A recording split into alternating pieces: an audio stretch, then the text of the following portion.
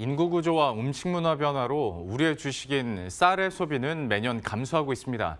하지만 우리 농업은 여전히 쌀 위주의 농업 구조에서 좀처럼 벗어나지 못하고 있는데요. 이 때문에 정부는 줄고 있는 쌀 소비 증대를 위해 여러 대책을 내놓고 있습니다. 최근 쌀이 다양한 산업에 이용되기 시작하면서 쌀 수요 증대에 대한 실마리가 보이기 시작하고 있는데요. 쌀의 산업적 가치를 직접 취재한 염현숙 기자와 함께 이제 주식에서 산업으로 변화하고 있는 쌀에 대해서 조금 더 자세한 내용 알아보도록 하겠습니다. 염 기자, 먼저 우리 농업에서 쌀이 차지하고 있는 비중이 얼마인지부터 현재 상황 한번 파악을 해볼까요? 네, 쌀이 우리 농업에서 차지하는 비중을 객관적으로 보여줄 수 있는 지표가 크게 두 가지가 있습니다.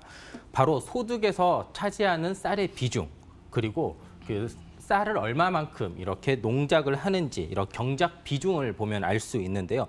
우선 쌀의 그 농가 소득에서 차지하는 비중은 상당히 높은 편입니다. 우선 대략 농가 소득의 30% 정도가 쌀 농사를 통해서 나오는 것으로 조사되고 있습니다. 농가 수만 보더라도 쌀을 지배하는 농가들이 가장 많습니다. 우리나라 전체 농가는 103만 농가 정도로 조사되고 있는데요. 이 중에서 절반 이상인 58만 농가가 쌀을 재배하고 있습니다. 참 이렇게 차지하는 비중은 높은데 요즘 특히 젊은 층에서는 아무래도 음식 문화가 달라지다 보니까 쌀 소비는 좀 매년 줄고 있는 상황 아닙니까? 네, 그 쌀 소비를 보려면 우선 생산부터 보는 게 좋습니다. 쌀 생산량을 보면 2015년에 424만 톤 정도 됐었습니다. 이게 2016년 432만 톤으로 조금 늘었는데요. 2017년부터 그 감소폭이 조금 커집니다. 2017년 419만 톤, 그리고 작년에는 400만 톤 미친 397만 톤까지 생산이 줄었습니다. 생산이 준 이유는 당연히 수요가 줄었기 때문인데요. 2015년 쌀 수요는 323만 톤이었습니다. 이러던 것이 2016년에 319만 톤으로 줄었고요. 2017년에는 319만 톤을 그대로 유지를 했습니다. 하지만 작년에는 315만 톤으로 급격히 감소했습니다. 아무래도 1인 가구가 늘면서 밥을 먹는 수요가 많이 줄었거든요. 이 때문에 전문가들은 쌀의 수요가 줄었던 것으로 보고 있습니다. 그래도 이제 쌀을 최대한 활용을 해야 되는 상황인 건데 그러면 최근에 들어서 가장 주목받고 있는 쌀을 이용한 산업 분야는 어디가 있습니까? 다양한 분야에 많이 이용이 되고 있습니다. 저희가 직접 쌀을 이렇게 이용하고 있는 이제 업체들을 많이 만나봤는데요. 일단 쌀과 관련해서 가장 주목받고 있는 분야가 바로 간편식 분야입니다. 최근 1인 가구 증가와 맞물려서요. 간편식 시장은 5년 동안 약 6배나 커졌습니다. 대표적인 간편식이 이제 햇반인데요. 1년에 4억 개가 넘게 팔리고 있습니다. 최근엔 가공밥에 이런 햇반과 같은 가공밥에 국이나 간단한 반찬이 더해지고 있는 간편식도 다수 나오고 있습니다. 이런 간편식들은 집에서 밥을 먹는 듯한 이런 느낌을 최대한 살리기 위해서요. 간편식 이런 제조업체들 같은 경우에 밥의 찰기까지도 객관적인 수치로 표현하고 있습니다. 실제 간편식을 연구하시는 분들의 말씀을 한번 들어보겠습니다.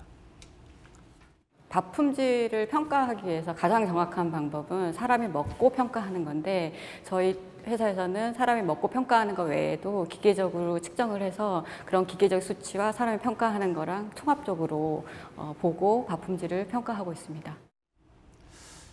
최소한 제가 지은 밥보다는 항상 맛있더라고요. 이런 간편식 보면 맛도 많이 올라온 상황인데 사실 쌀과 관련된 산업을 이렇게 얘기를 하다 보면 당연히 먹는 쪽으로 얘기가 나올 수밖에 없고 이제 그러니까 가공식품 얘기를 할 수밖에 없는데 쌀이 공산품 원료로 쓰인다. 이거는 어떤 내용입니까? 네, 그렇습니다. 우리가 흔히 볼 수 있는 쌀들은 대부분 이제 가공식품의 원료로 쓰이고 있습니다. 그런데 이 가공식품 말고 저희가 두 곳 업체들을 조금 더 살펴봤는데요. 우선 쌀을 이용해 점토를 만드는 업체입니다. 지금 우리나라는 역대 최저의 출생률을 기록하고 있습니다. 하지만 뭐 에이포켓이라고 하죠. 이런 키즈 산업은 이런 역대 최저의 출생률에도 불구하고 매년 10% 정도 성장을 하고 있습니다.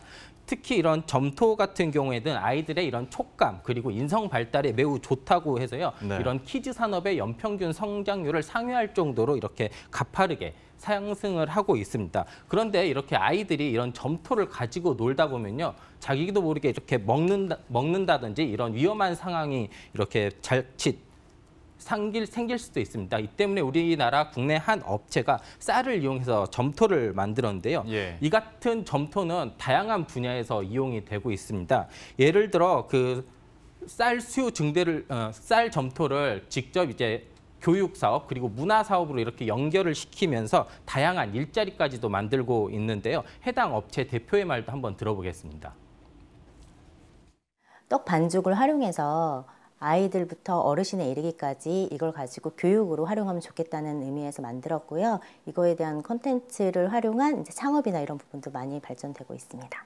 원장님들이 콘텐츠도 개발하고 제안하고 해서 지속적으로 만들고 있고요. 전국에 80개가 이상의 창업이 벌써 이루어지고 있는 상태입니다.